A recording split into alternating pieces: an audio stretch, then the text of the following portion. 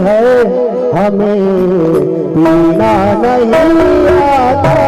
गुरु का नाम अमृत,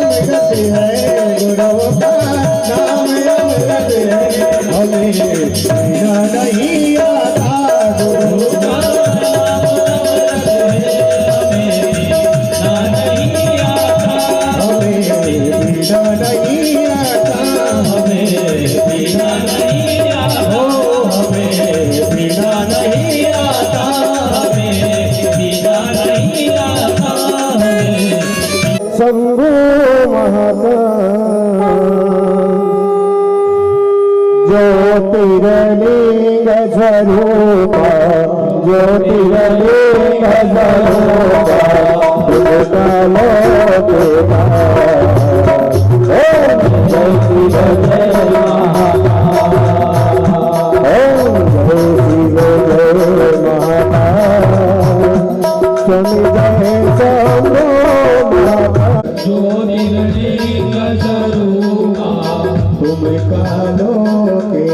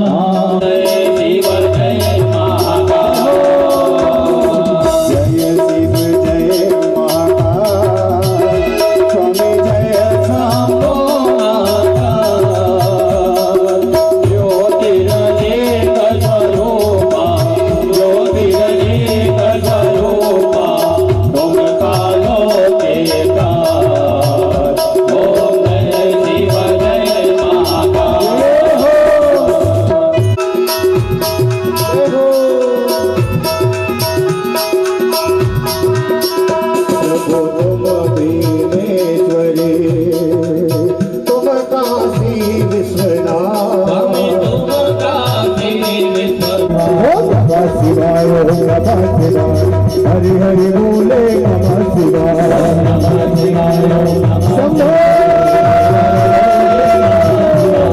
हरि हरि बोले नमः शिवाय, हरि हरि बोले नमः शिवाय, हरि हरि बोले नमः शिवाय। शुद्धीकरणं देवताभिवन्दनमात्माभिवन्दनं स्वयं देवन्दनम् आशुद्धरणं मंत्र पुष्पांजलिं फूल ले लो हाथ में। ओम कल्याण का मार्ग खोज सके। और बाबा महाकाल ने हमें भी ये मौका दिया। महाकाल पर्वत के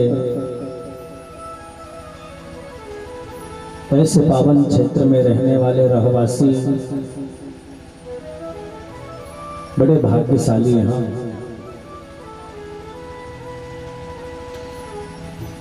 क्योंकि बाबा की गोद में बैठ करके हमें उनकी परम लाडली माँ रेवा का चरित्र सुनना और समझना मिला है। उसी सत्र में हम आप सभी तीसरे दिन की मंगलमयी कथा को सुने अपना मन कहीं भटके नहीं, इसलिए जरा 2 पल के लिए अपने गुरु के चरणों का ध्यान कर ले। रे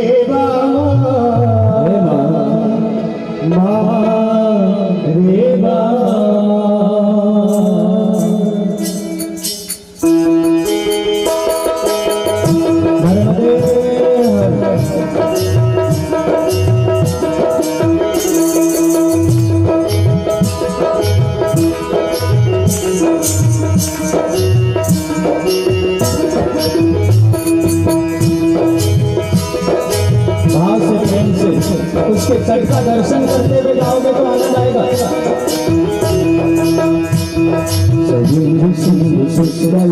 रंग भंग रंग शस्त्र भाग जात जात कारी वारी संयतम कांत भूत काल भूत भीत हारि धर्मदे मधीर पाद पंकजं नमामि देवी नर्मदे नमामि देवी नर्मदे नमामि मातु नर्मदे नमामि देवी नर्मदे नमामि मातु नर्मदे नमामि देवी नर्मदे नमामि मातु नर्मदे नमामि देवी नर्मदे नमामि मातु नर्मदे दीयपाद पंकजं नमामि देवी नर्मदे दीयपाद पंकजं नमामि देवी नर्मदे दीन संप्रदायकं हलो हलो हारे हारे सर्वतीर्थनायकं सुमच्च वच्च नगर नर्मदे नमामि नर्मदे नमामि मातु नर्मदे दीयपाद पंकजं नमामि देवी नर्मदे दीयपाद पंकजं नमामि देवी नर्मदे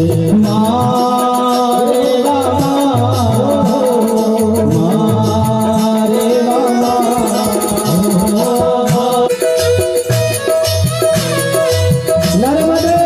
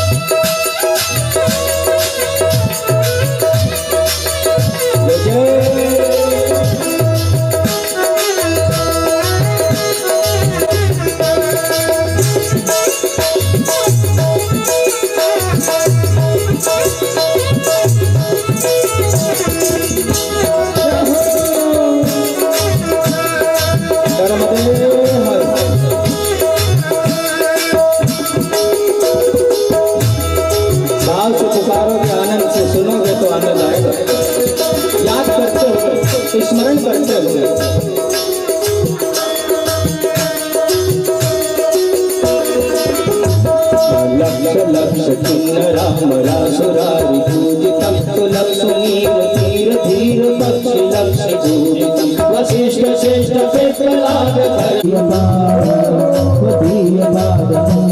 नमामि देवी नर्मदे सनत कुमार नाच देत कश्यपाद सत्पदे व्रतं स्वनीयमानसे सुरारवादि सत्पदे नवेन्दु नन्दी देव देव राजकर्म शर्मदे त्वदीय पादपङ्कजं नमामि देवी नर्मदे नमामि देवी नर्मदे नमामि मातु नर्मदे नमामि देवी नर्मदे नमामि मातु त्वदीय पादपङ्कजं नमामि देवी नर्मदे त्वदीय पादपङ्कजं नमामि देवी नर्मदे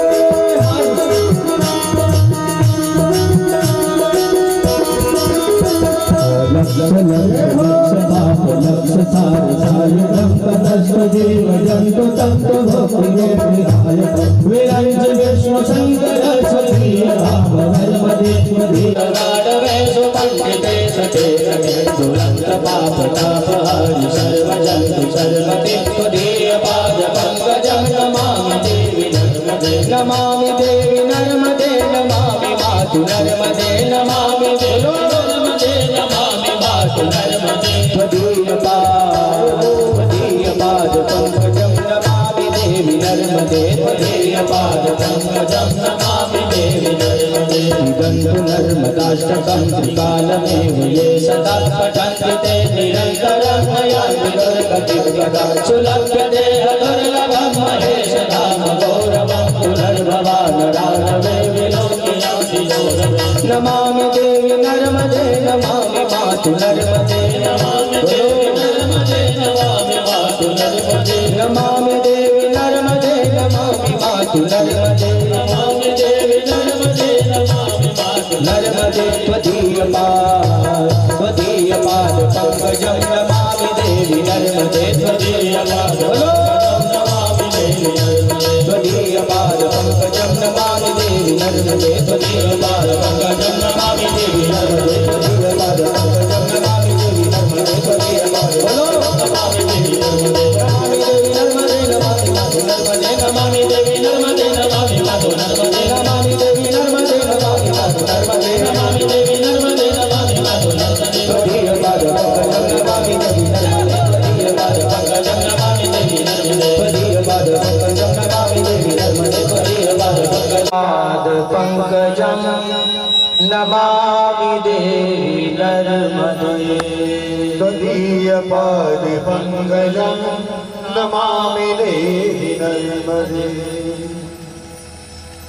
सुना रहे हैं भगवान शिव की हम तो कृपा मान रहे हैं, क्योंकि नर्मदे हर कहना तो उसी को मिलता है जिस पर भगवान शिव की कृपा होती है। ध्यान रखना। आज सारे महात्मा बड़े प्रसन्न भाव से सूत जी के पास आए, गुरुजी और हम मारेवा के चरित्रों को जानना चाहते हैं, समझना चाहते हैं, सुनना चाहते हैं, और ऐसे तटों पर हमारा मन, आप जो हमें कल चरित्र सुना रहे थे, कैसे कैसे तट, कैसे कैसे घाट हुए, कैसे कैसे देवताओं ने, कोई देवता छूटा नहीं जिसने नर्मदा के किनारे पे रह के तप तपस्या व्रत साधना न करी हो।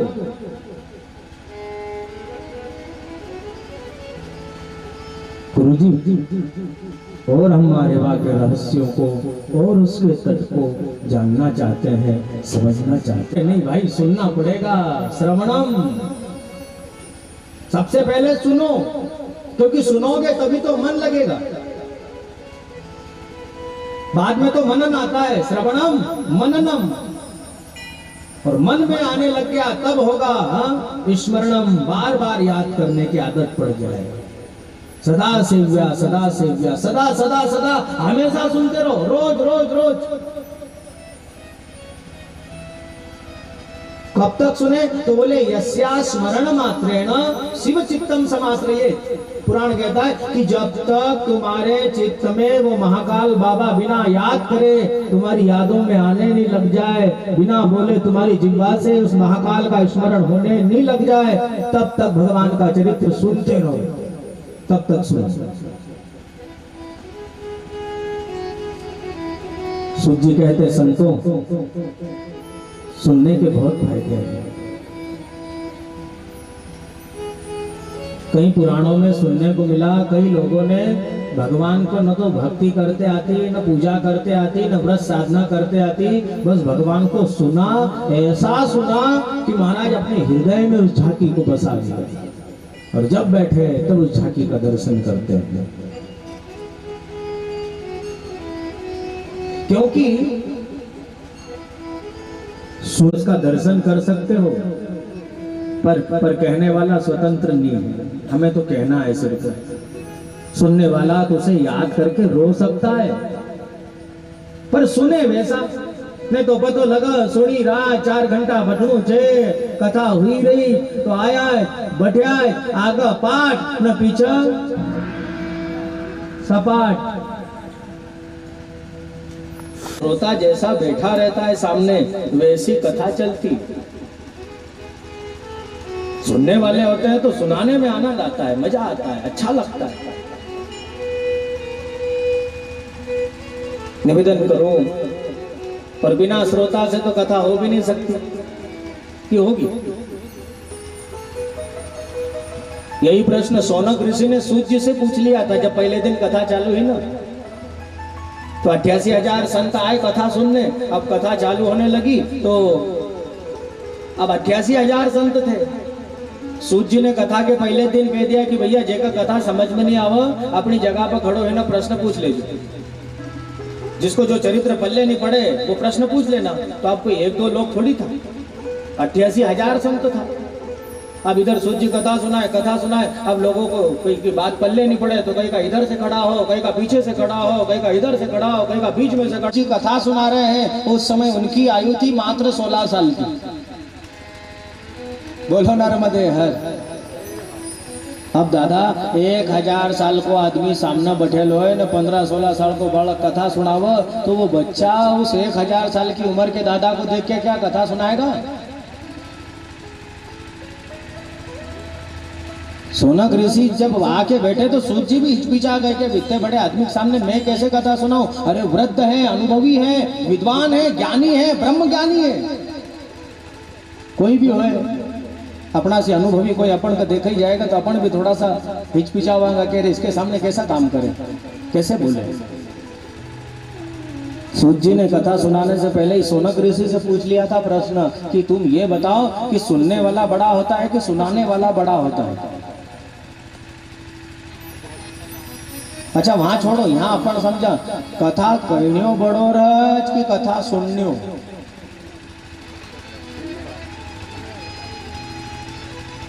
कई लोग कई महाराज जी तुम व्यास गादी पठोज। कई लोगों का भाव रहता है कि कथा सुनाने वाले व्यासाय विष्णु रूपाय, व्यास ही भगवत स्वरूप होता है, वही श्रेष्ठ होता है। पर व्यास कथा सुनाने वाला श्रेष्ठ नहीं होता, क्योंकि सुनने वाला नहीं होगा तो कितना बड़ा भी वक्ता लाके बिठा दो, अरे सुनागा कौन जब सुनने नहीं रहेगा तो क्या सुनाओगे? तो सुनने वाले की महिमा है, सुनने वाला वैसा होना चाहिए। शौनक ऋषि आए कथा सुनाने सुनने, सूत जी कहते हैं सुनने वाला बड़ा होता है कि सुनाने वाला? तो शौनक ऋषि ने सूत जी के मन को भय करने को कह दिया कि भैया सुनने वाला ही श्रेष्ठ होता है। की तो उसको कहीं पल्ले नहीं पड़ेगा। कोई को सुनने बैठो तो एकदम अज्ञानी बन के बैठना पड़ेगा, तो पल्ले पड़ेगी ने। ज्ञानी बनी न बैठीगा कि बस मको तो पूरी कथा याद छे, सब मका मालूम छे का काई हुएल छे। सो महाराज हमें बात समझ में नहीं आएगी।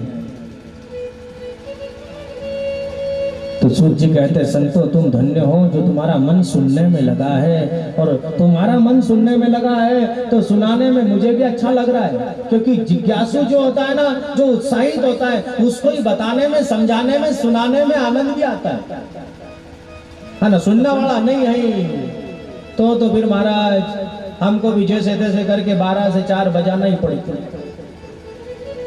हाँ बोलो नर्मदे हर।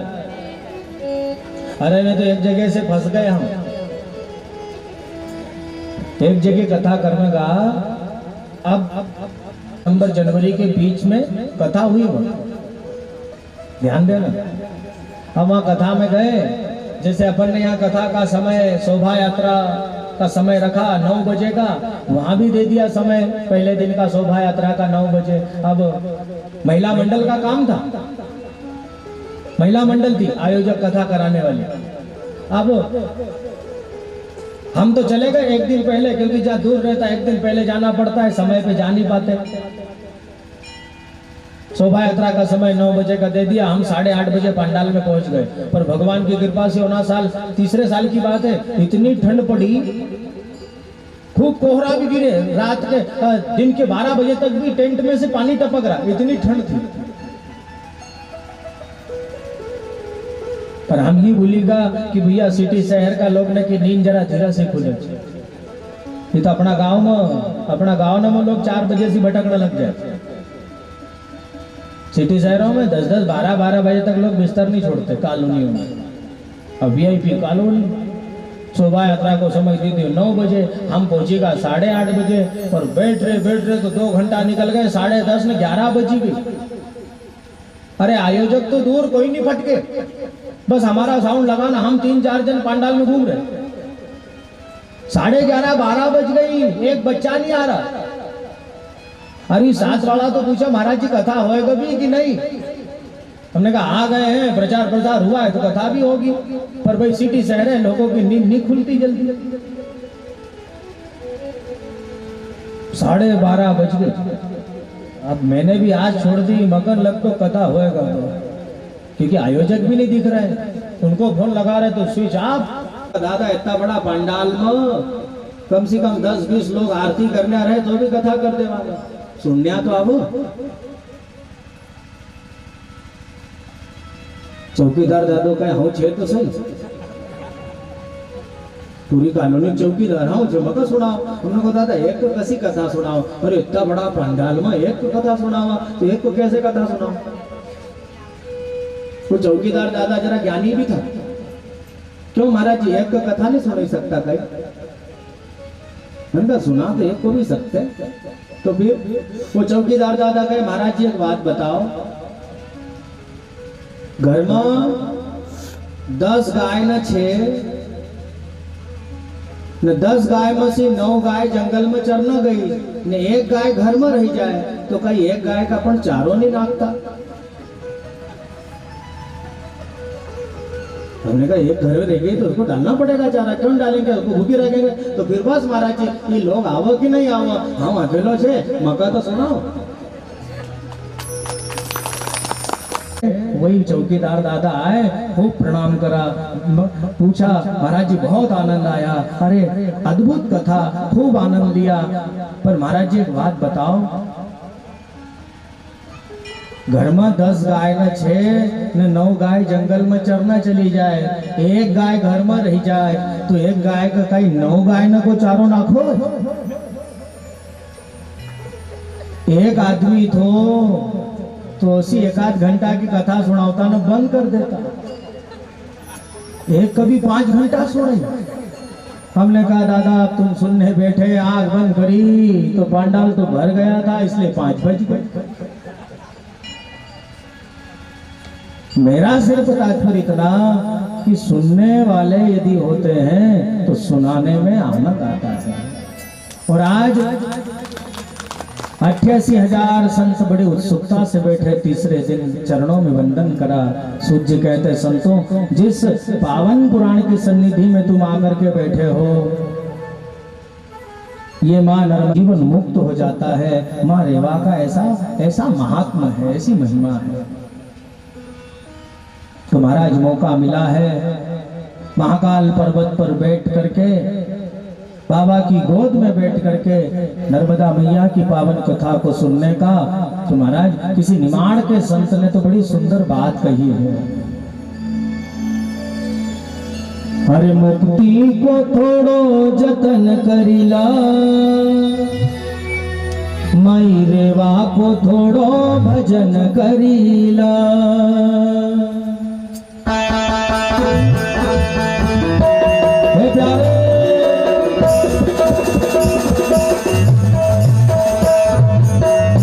ये समय मिला है, देखते देखते 7 दिन निकल जाएंगे, फिर ऐसा मौका मिले ना मिले।